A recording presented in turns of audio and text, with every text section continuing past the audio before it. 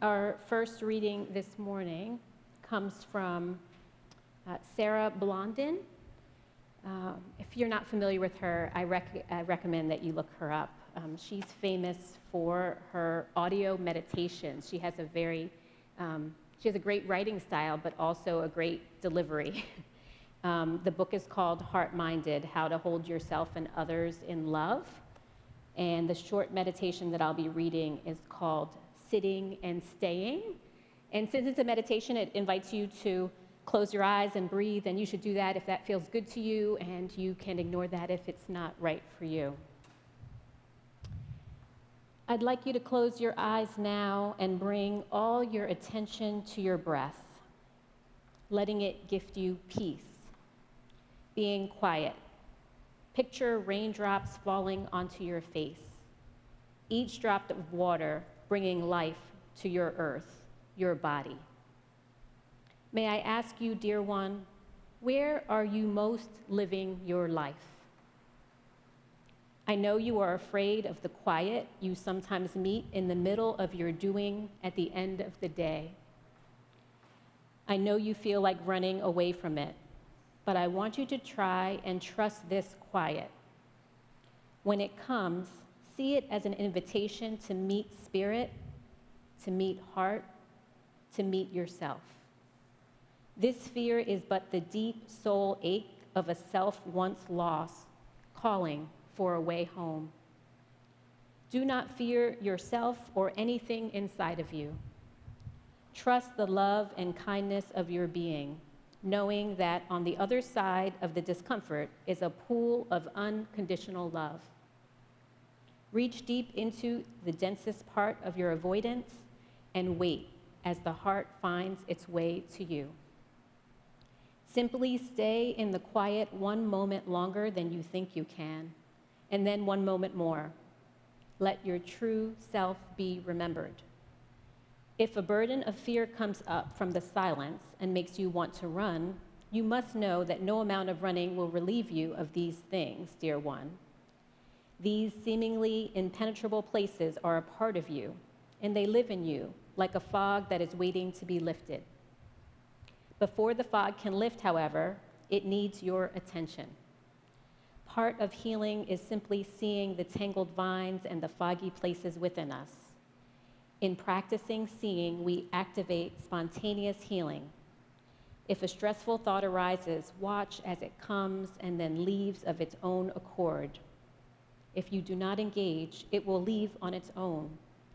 See these thoughts, these places of strain, as habits, deep habitual thoughts that have long been telling the same story. They are not you. They are but the web of the mind woven on top of your true being. If you feel lonely in this place, frightened of the unknown, or scared of what you may find, all you must do is begin speaking to these fears, this loneliness. Make friends with all of yourself by sitting with and being witness to every beautiful facet of your being. This life is for you, dear one. Please do not spend it locked in your fear. Discover what you are capable of by learning to sit and listen to all of you. You are so very wise within. You are so very noble to begin to discover this for yourself. I pray that you learn to stop, dear one, so that you may come fully into your body, your essence, and your light, so you may be fed, be loved, be accepted by you, and then see what comes of your discomfort. Often what comes of your pain is an opening into the very grace you keep thinking is evading you. This quiet universe you keep running from is the home of your most authentic, eternal source of self. Now open your eyes. Take a deep inhale and exhale, and say thank you to yourself for being here, for caring, for endeavoring to love every inch of you. Our second reading today comes from Psalm chapter 33, verses 12 to 22. Happy is the nation whose God is Yahweh. Happy the people you choose as your own inheritance. From the heavens you look forth and see all of the people in the world. From your dwelling place, you watch over all the people who dwell on the earth. You shape the hearts of them all and understand all their deeds. A ruler isn't saved by the size of an army. A warrior doesn't escape because of strength. Trust in the horse for your deliverance, and you'll be disappointed. Despite its might, it cannot save. The eyes of God look on those who stand in reverence, on those who wait upon God's love, to rescue them from death and to feed them in time of famine. And so we wait for God, or some translations say, our soul waits for God, our help and our shield. For in you our hearts find joy. We put our trust in your holy name. May your love be upon us as we place all our hope in you.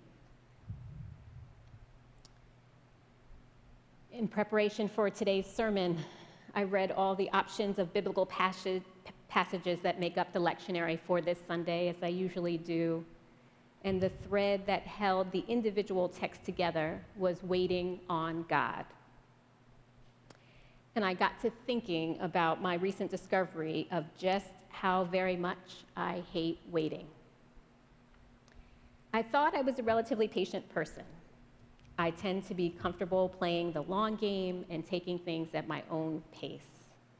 This would be the time to admit that my husband Aaron's loving nickname for me is Molasses. But on a recent trip abroad, my impatient nature revealed itself. We were visiting our oldest daughter, who just completed her freshman year in college in Prague in the Czech Republic. We ordered and ate a wonderful meal at a restaurant, and at the end of the meal, our server was nowhere to be found. We waited, and then we waited some more. Soon, we had been there longer post-meal than it took us to order, be served, and eat our food. We were eventually able to get her attention, and she seemed genuinely confused that we were ready to leave. And this scenario kept playing itself out at every restaurant we went to. Apparently, lingering at restaurants is a thing, but not for this impatient American who is usually ready to move on to the next thing. I learned a valuable lesson about myself on that trip that had eluded me until I left the everyday routine and familiarity of my cultural context. And so I want us to turn our attention to the theme of waiting. I'd like to suggest some practices that we might take up as we wait on God. This will be a two-part sermon series. I'll share some practices today and share some others in next week's sermon.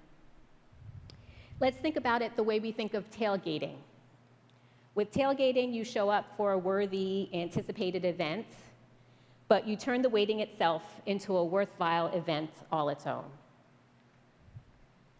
The first thing we might consider a worthy endeavor as we wait on God is the practice of self-trust, which goes hand in hand with self-compassion. I recently heard Adrienne Marie Brown say that regardless of your relationship status, we are each our own primary partner. This is a simple, straightforward idea, but what would it mean to regard ourselves as such to the degree that we put ourselves rather than others on a pedestal? If we could have a fraction of the esteem for ourselves that God has for us, we'd be on to something, as we recall whose image we were created in. And when our inner voice turns ugly, as it is wont to do, we can counter it by reading love notes written to us by authors and prophets, both contemporary and long gone. You can even do an exercise that I found myself doing this week. Write a letter to yourself from God. It will help you summarize the messages you've been discerning, and it will make you feel good to allow the God inside of you to pour out so much love for you on what once was a blank page. Self-trust is hard. Self-trust is normally the first casualty of failure or mistakes. We stop trusting ourselves when we hurt others, get hurt, feel shame, or question our worth. We've been taught that our assessments about the world and ourselves are incorrect, that we can't be trusted, that we won't be believed. And as a result, we have a tendency to second-guess ourselves. In moments of doubt, we can turn to ancient wisdom. Lojong is a series of essential Mahayanan Buddhist teachings that were distilled into slogans by a Tibetan luminary in the 12th century. One of the slogans goes like this: "Of the two witnesses, trust the principal one." The two witnesses the slogan refers to are ourselves and other people. Our own perspective is the principal one. That is not to say that we should ignore feedback and outside opinions. It's to say that if we are cultivating love and listening to and learning about ourselves and each other, that we can begin to trust our felt sense of things. And we don't always have to rely on the opinions of others to know what to do. We can begin to trust our own perception and hold it in the highest regard as we trust that the Spirit leads us to our felt sense of things when we do the work of discernment by simply paying attention. I say simply, but it's really not that simple to pay attention, but it's a beautiful invitation. And sometimes we do it accidentally, and sometimes we do it with effort, but it always pays off. All we need is already inside of us, and we don't have to do anything to earn the favor of God. Over time, enough reflection leads to the confidence that there is nothing in our heart or experience that we need to fear or turn away from. We can make friends with ourselves and mine any experience for the wisdom that allows us to grow and change. The second practice we might consider as we wait is finding sanctuary in community. I feel a little bit like I'm preaching to the choir when I say that to this community, but it's still an important reminder. Audre Lorde said, "Without community, there is no liberation. There is no promised land without a multitude. We think we can get there alone, but who's going to drink all that milk and honey with you?" A sanctuary is a place of refuge or safety. Kate Johnson, the author of Radical Friendship, describes it this way: "The cultural sanctuaries that I belong to have essential spaces of communion and ease, where I can access learning, process harm, and relax. They are spaces where those who share common experiences of oppression can practice freedom together, even in otherwise unfree places. Of course, these spaces aren't perfect. Sometimes there's disharmony due to drama or shade, and sometimes we're confronted with the tender truth that not one identity marker, not even the longest hyphenated combination, can ever really encompass all of who we are. And yet, when suffering or harm arises within a cultural sanctuary, we don't have the pressure of trying to address it under the harmful paradigms of the dominant culture, because we know that the question isn't whether systems of oppression are playing out in our relationships, but rather, how are the systems of oppression playing out in our relationships? We need to grow our capacity to be with this discomfort of owning up to our power and occasionally realizing we've wielded it in ways that we didn't mean to. Having access to such a sanctuary bolsters our spirits so we can endure the sometimes harsh conditions we encounter outside of it. 1 Peter 2, verse 9 says, "But you are a chosen generation, a royal priesthood, a consecrated nation, a peculiar people, set apart to sing the praises of the one who called you out of the darkness into the wonderful divine light."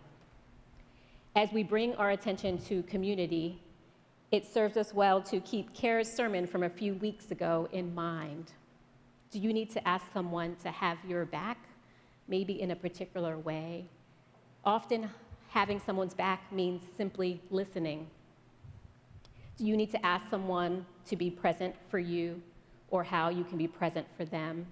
Kara has invited us to respond to those questions by sending him a few sentences or two in an email. He's going to put his email in the chat as a reminder that you are invited to reach out in answer to those prompts. In a book called The Good and Beautiful Community, James Bryan Smith points out that in some ways, the behavior of those who claim to be following Christ is not much different than those who do not. Christians are not always different, but we ought to be, and we often are. Let's live into the peculiarity, the distinctiveness that God calls us to. Let's show up differently so that when we tell the truth about our lives, we become an oddity. May we all be considered weird when we slow down, live without being ruled by anger, or pray for those who wish us harm. That's how we live into the idea of the peculiarity of God's gathered people. The next and final practice I'll share today is the practice of gratitude. Evidence that you are practicing gratitude is the sense of relaxation we feel when we have stopped grasping for what we want and have started wanting what we already have. Psalm 50 says, "Whoever offers me the sacrifice of thanksgiving honors me." In giving thanks for every aspect of our experience, we see clearly the gifts hidden in even the darkest crevices. Brené Brown reminds us that there is overwhelming evidence that gratitude is good for us physically, emotionally, and mentally. Gratitude is correlated with better sleep, increased creativity, decreased entitlement, decreased hostility and aggression, increased decision-making skills, decreased blood pressure, and the list goes on. The research is persuasive, and yet it's still a challenge to understand exactly why it helps so much. Robert Emmons is considered the world's leading scientific expert on gratitude. He writes, "Research on emotion shows that positive emotions wear off quickly. Our emotional systems like newness. They like novelty and change. We adapt to positive life circumstances so that before too long, the new car, the new spouse, the new house, they don't feel so new and exciting anymore. But gratitude makes us appreciate the value of something. We extract more benefits from it. We're less likely to take it for granted. In effect, gratitude allows us to participate more in life. We notice the positives more, and that magnifies the pleasures you get from life. Instead of adapting to goodness, we celebrate goodness. We spend so much time watching things, movies, computer screens, sports, but with gratitude, we become greater participants in our own lives as opposed to spectators. So in summary, today we explored 3 practices that are worth our attention as our souls wait on God. And none of them are easy. We talked about the work of self-trust and self-compassion. We explored what it means to find sanctuary in community. The difficulty here is that community building requires us to give of our most valuable resource, our time. And being in community involves being vulnerable in all the ways we are when we let people get close. Lastly, we talked about how the practice of gratitude allows us to become greater participants in our own lives. I'll bring our attention back to Sarah Blondin's question in the meditation. I ask you, dear one, where are you most living your life? If we engage in these spiritual endeavors, I believe that God will meet us there, and our wait may be shorter than anticipated as we see the Holy One's promises blossom before our very eyes. And so we wait for God, our help and our shield. For in you, our hearts find joy. We put our trust in your holy name.